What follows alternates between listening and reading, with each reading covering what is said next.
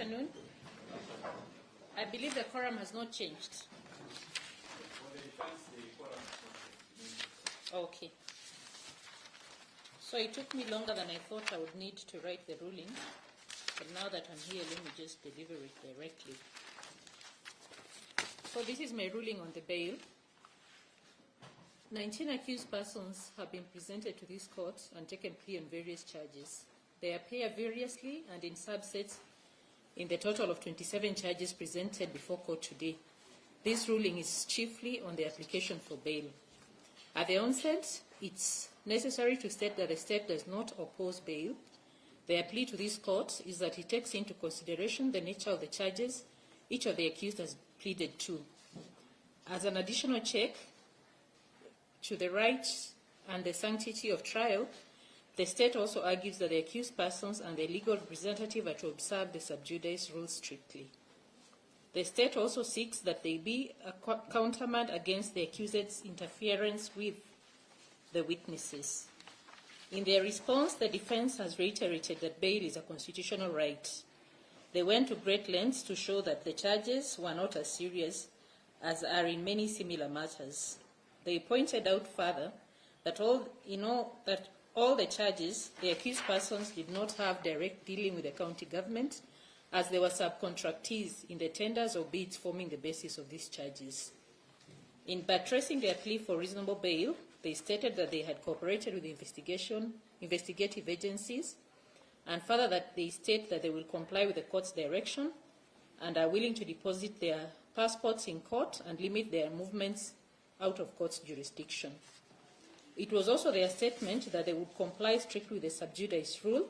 They urged the state to also favor that rule in this matter.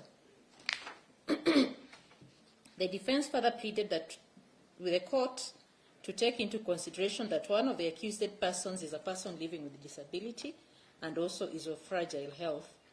Further, that court should note that most of them were from the same extended family, and therefore terms of bail should be such as not to strain the family resources exceedingly.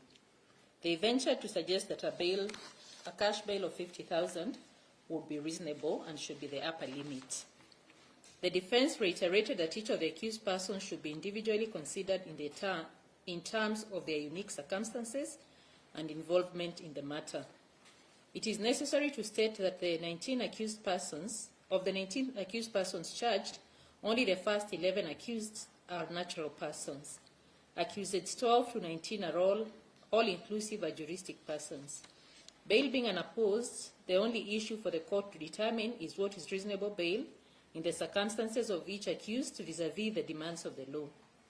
Section 123A of the Criminal Procedure Code provides 4 statutory provisions in reaching a decision of bail and bond. 1, the nature and seriousness of the offense. 2, the character, antecedents, association, and community ties of the accused persons. 3, past records and fulfillment of the obligations under previous grants of bail. And 4, the strength of the evidence of commission of the offense against the accused. In determining the bail bond terms, the court will take into consideration only 3 of these listed above, as I have no information brought to court on the third limb as listed above, which is the past records and fulfillment of the obligations under previous grants of bail. I will also take note of the charges each of the accused is individually facing. The second limb of those considerations, the community ties of the accused, it is not an issue that all the 11 accused persons are well rooted in their communities with family ties and otherwise engage in meaningful economic activities. This limb is favorable to all the accused persons equally.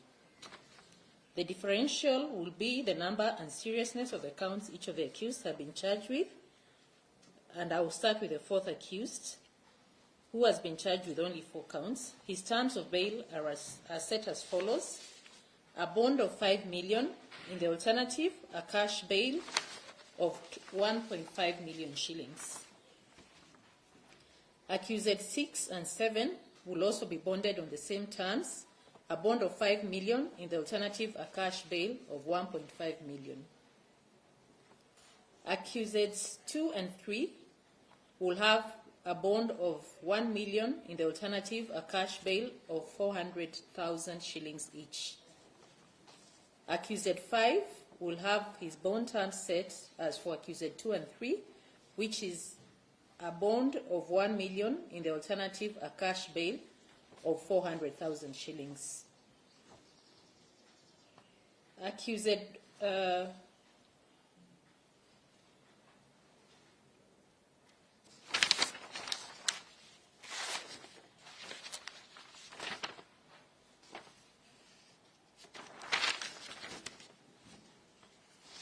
Accused 8, his bond terms will be set at 8 million shillings, in the alternative a cash bail of 2 million. The fourth accused, who faces 16 counts, a bond of 10 million, in the alternative a cash bail of 2.5 million.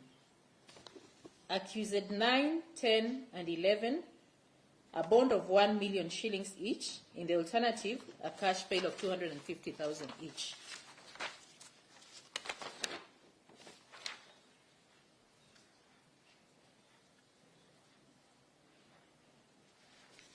Now let me take I have noted that the first accused is the one I read as the fourth accused. The first accused terms of bond are as follows: a bond of 5 million, in the alternative a cash bail of 1.5 million. And for accused 4, a bond of 10 million, in the alternative a cash bail of 2.5 million. Please let me confirm that we are all clear on the terms we have set for each of the accused. Defense counsels, any clarification needed?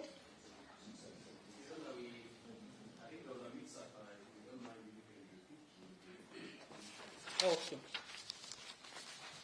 So the first accused is Wycliffe Wangamati, and his terms of bond are a bond of 5 million, in the alternative a cash bail of 1.5 million.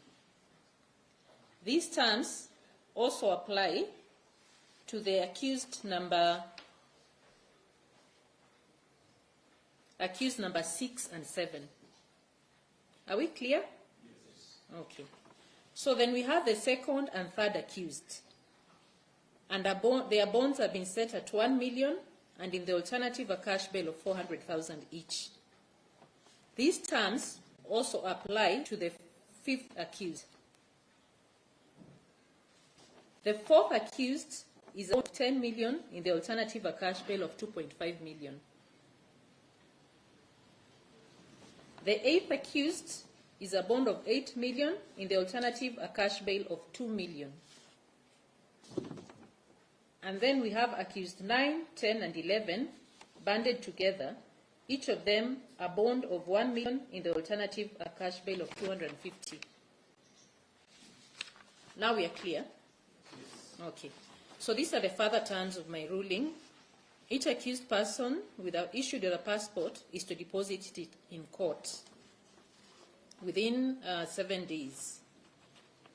None of the parties are to leave the court's jurisdiction without leave of court. All parties shall observe, or in the alternative, not offend the sub judice rule. This rule also applies to all court officers. Advocates are court officers. The accused persons are neither to contact nor interfere with any of the witnesses by themselves or through their agents. Breaches in any of these terms set may attract legal consequences, which are not limited to cancellation of bail. Further, prosecution will provide all documents to be relied on in the matter, as well as provide witness statements. The court vested of the matter shall give further directions on pre-trial. This matter will be allocated to for further hearing. Further direction hearing. So we'll have a mission in 14 days. Please guide me on the 17th of September. Okay. Any objections to our mention on 17th of October? Sorry, September?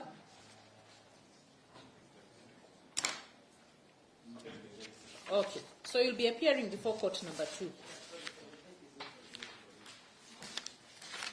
Maybe the day after? Oh. Which day of the week is 18, Brenda? Thursday. Okay. So we have changed the date to the 18th of September. Anybody who wants any clarification, I'm done with the matter. I want to fold the file and do something else.